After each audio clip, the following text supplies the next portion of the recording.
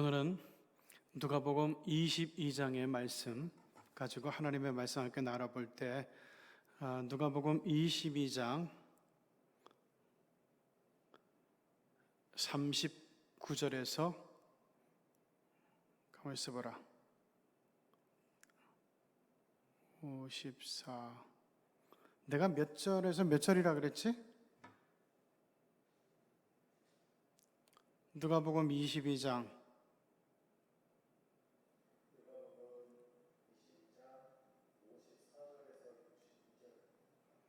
54절에서 62절. 오케이.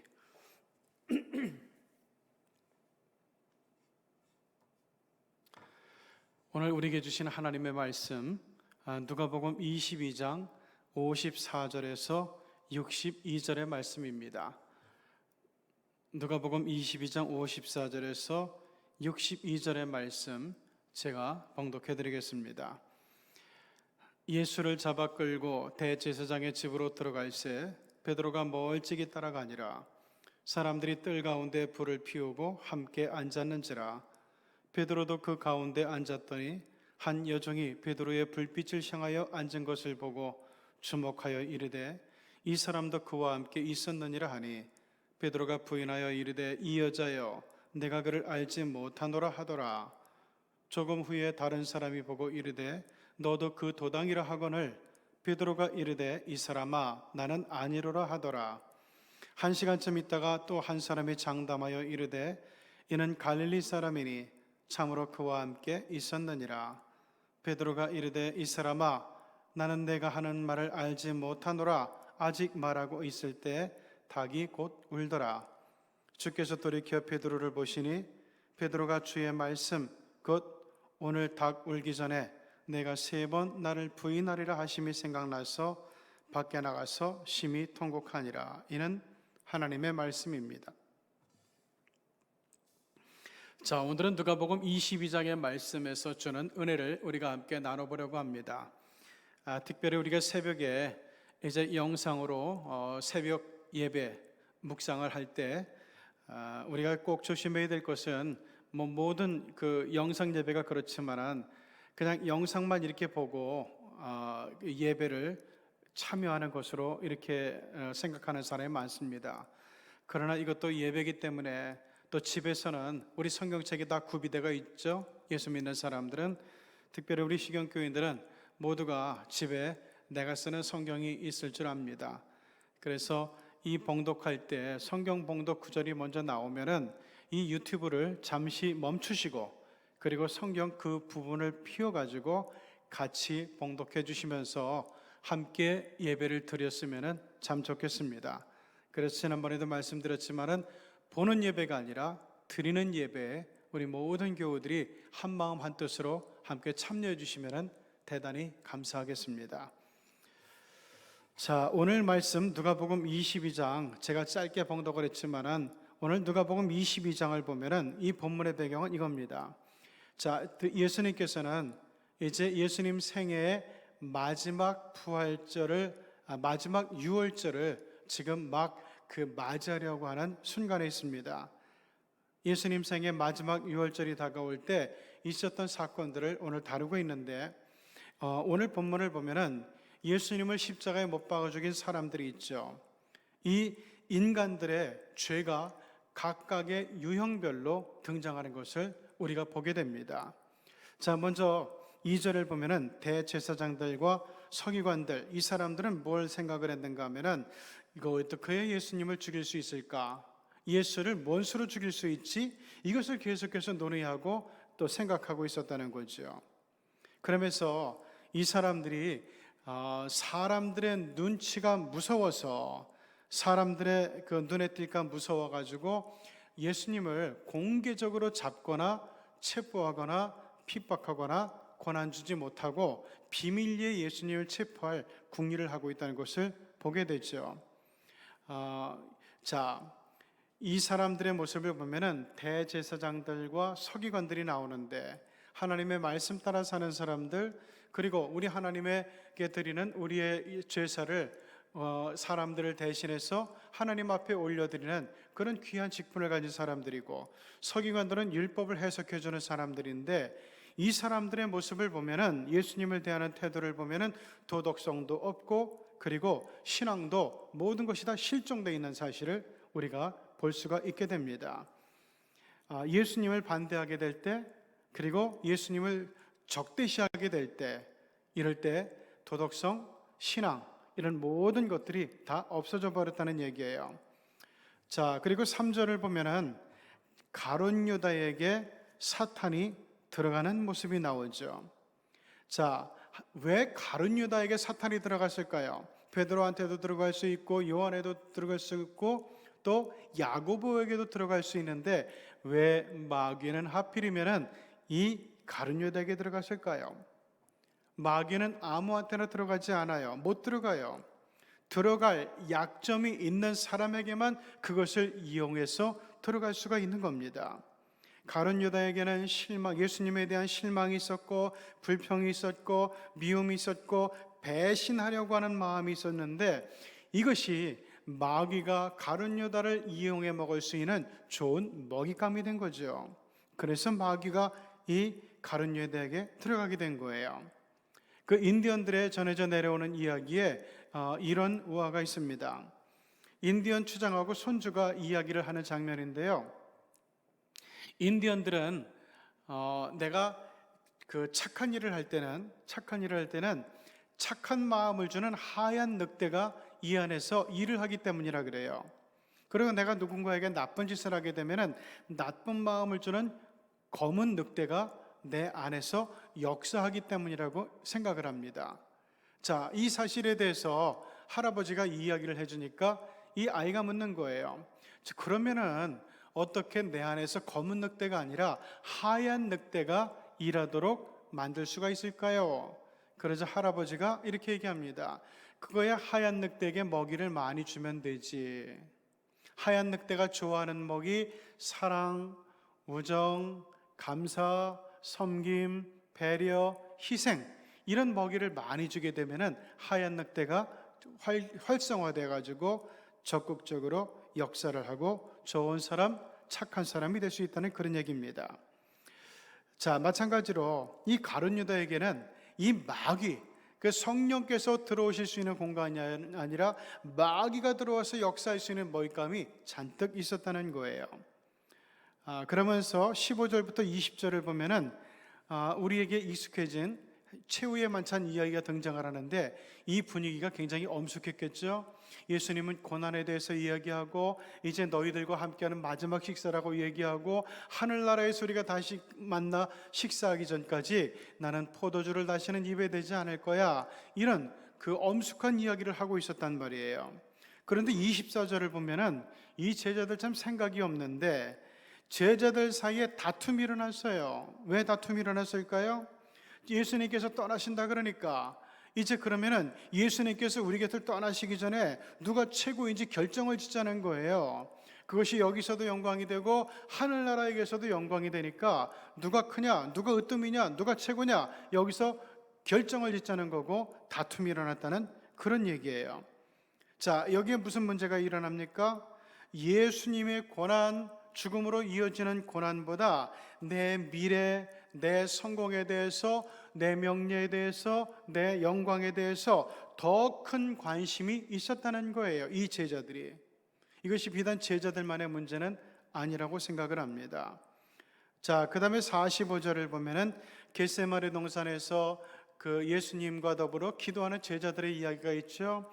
예수님은 겟세마네 동산에 올라가시면서 거기에 엄선한 제자들만 데리고 가요. 수제자들, 베드로와 요한과 야고보. 이 세 사람이 그래도 제일 믿을만했고 제일 믿음이 두터운 사람들이었고 충성된 사람들이었기 때문이죠. 그런데 이 제자들이 예수님께서 야, 내가 심히 고민하여 죽게 되었으니 와서 나하고 같이 기도 좀 해줘라, 이러고 부탁을 하셨는데 그냥 잠들어 버렸다는 얘기예요. 이것은 예수님의 아픔, 예수님의 고민, 예수님의 근심, 걱정, 이런 것들보다 일단은 내가 피곤하니까 일단은 내가 이러이러하니까, 내게는 이런저런 사정이 있으니까 내 거 먼저 챙겨야지, 내 것이 중요해, 내 상황이 더 중요해, 우선이야, 먼저야, 이런 마음들이 있었단 얘기예요. 그러니까 예수님 앞에서 이기적인 행동들로 이 제자들 모습이, 신앙의 수준이 그대로 나타나고 있는 거죠. 자, 그 다음에 47절을 보게 되면은 예수님을 체포하는 대제사장이 보낸 종들의 이야기가 나와요. 자, 이 사람들을 보면은 의와 불의에 대한 개념 자체가 없어요. 뭐가 옳은지 뭐가 그런지 생각 없이 그냥 남들이 이야기하니까 시키니까 그냥 따라 사는 사람들, 그러니까 그냥 살아가는 사람들이에요. 이런 것도 마찬가지로 예수님을 고난 속으로 몰아넣던 아주 심각한 중지였다는 사실을 드러나게 돼요. 아무리 힘이 있어도, 아무리 누가 시켜도 이것이 옳은 일이 아니다, 그런 일이다, 틀린 일이다, 불신앙의 일이다, 하나님을 모욕하는 일이다, 그리고 불의한 일이다, 이렇게 생각하면 따르지 말아야 되는데, 아니요, 저 사람들의 말을 당장 따르는 것이 나한테 유익하니까, 득이 되니까 그냥 생각 없이 그냥 따라간다는 거예요. 그 다음에 54절부터 62절을 보면은 세 번 예수님께서 잡혀가신 대제사장의 뜰에서, 그리고 그 집 문 밖에서 세 번이나 예수님을 부인하고 배신하는 베드로의 모습이 나오죠. 베드로의 생각이 뭐예요? 워낙 다급하다 보니까 본성이 나와버렸어요. 예수님보다 나부터 챙겨야지. 이것은 베드로만의 생각이 아니라 모든 제자들이 갖고 있는 비슷한 생각들이었다는 거예요. 그러니까 이 다른 제자들은 다 예수님께서 체포될 때 도망가 버렸죠. 주랭랑을 쳐버렸죠. 이것이 베드로에게도 흔적이 남아 있어요. 자, 그 다음에 63절을 보니까 예수님을 잡아간 이 그 대제사장의 하속들이 어떻게 하죠? 막 예수님을 희롱하고 때렸다 그래요. 64절을 보면은 눈을 가리고 물어 이르되 선지자 노릇을 하라, 누가 쳤냐 알아맞혀봐라, 이러면서 예수님 모욕하는 장면이 나오고, 65절을 보면은 또 예수님을 향해서 욕설을 퍼붓는 사람들의 죄가 나와요. 자, 여기를 보면은 하나님 대신에 사람들 눈치를 보던 사람들, 그리고 예수님을 어떻게 죽일 수 있나, 자기의 기득권을, 자기의 유익을 놓치지 않기 위해서, 손해보지 않기 위해서 예수님에게 위해를 가하려는 이런 모습들이 나왔죠.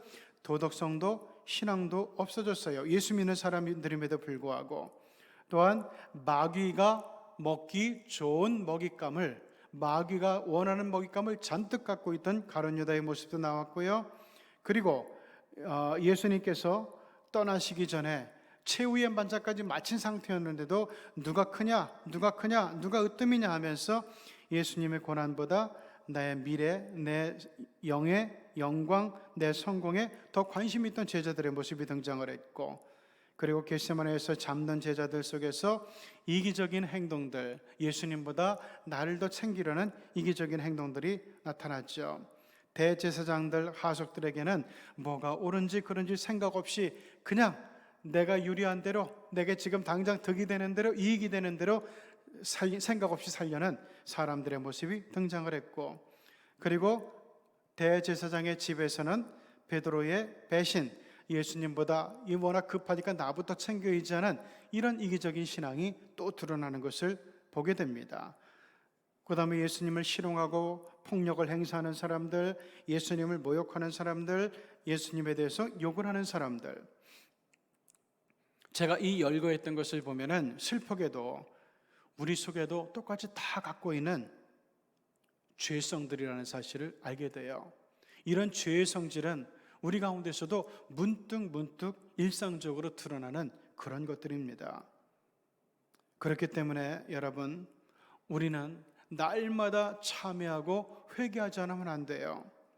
그리스도인 중에는 회개 안 해도 될 만큼 그렇게 의롭고 순전한 사람은 사실 거의 없습니다. 누구나가 오늘 누가복음 22장에 나오는 예수님을 핍박하고 모욕했던 그런 죄성들이 누구한테나 다 잠재되어 있다는 사실을 기억을 하면서 우리는 이 죄를 씻어버리기 위해서 베드로를 본받아야 될 필요가 있어요. 자, 베드로는 이 몹쓸 죄성을 극복하는 아주 중요한 해법을 우리에게 제시해 주고 있어요. 그게 뭔가 하면은 61절과 62절에 나오는데,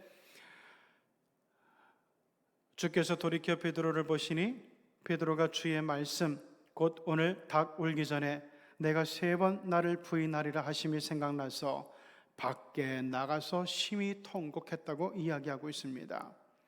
즉 베드로는 이게 죄구나, 내가 하나님 앞에 잘못했구나, 이런 순간 깨닫자마자 즉시 회개해서 그 죄의 얼룩을 씻어버렸다는 얘기예요. 이것은 우리가 이 죄악의 시대를 살아가면서, 그리고 이 죄 가운데 죄성을 가지고 살아가는 이 인생에서 반드시 배워야 되는 아주 중요한 신앙의 덕목입니다. 오늘도 사회가 이렇게 어지럽고 힘들고 두렵고 근심스러울 때 우리가 정말 이 세상의 소금과 같은 빛과 같은 그리스도인으로 살아가기 위해서 우리 안의 죄성들을 떨쳐내고 정말 깨끗한 마음으로, 또한 착한 마음으로, 그리고 귀한 마음으로, 사랑스러운 마음으로, 빛된 마음으로 이 세상을 다독거려주고 위로하고 치유할 수 있는 그리스도인의 한 사람 한 사람으로 살아가는 하루가 꼭 되시기를 부탁드립니다. 자, 그리고 이제 우리 기도할 터인데, 여러분 기도 후에 우리가 사랑으로 중보기도해야 되는 내용들이 기도 후에 또한 그 화면에 나가게 될 겁니다. 여러분들은 제 기도가 마친 뒤에도 그 기도, 사랑의 중보기도를 보시면서 함께 마음을 같이 해서 기도를 해주셨으면 대단히 감사하겠습니다. 제가 기도하겠습니다. 거룩하시고 자비로우신 하나님 아버지, 오늘 이렇게 또한 새벽 기도를 준비하면서 하나님 아버지, 오늘 22장, 누가복음 22장의 말씀을 보면서 우리가 많은 것들을 또한 생각하고 깨닫게 됩니다.